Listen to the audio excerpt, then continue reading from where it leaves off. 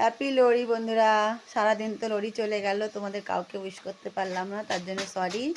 দেখো আজকে লোহড়ি উপলক্ষে আমাদের ঘরে কি কি এসেছে তোমাদের দেখাই। চলো চলো দেখো আজকে কি কি আনা হয়েছে, চলো তোমাদের সাথে একটু শেয়ার করে নিয়ে। দেখো কালো তিলের নাড়ু ডাব্বার ভেতরে রয়েছে, খুলতে হবে কি, এই যে খুলেই দেখাচ্ছি। দেখো এই যে সুন্দর লাগছে না? আর এই দেখো কয় রকমের গজক আছে এখানে। এই যে এটা তিল আর বাদামের গজক, আবার এই একটা তিলের গজক, আবার এই একটা, অনেক ধরনের আছে বন্ধুরা।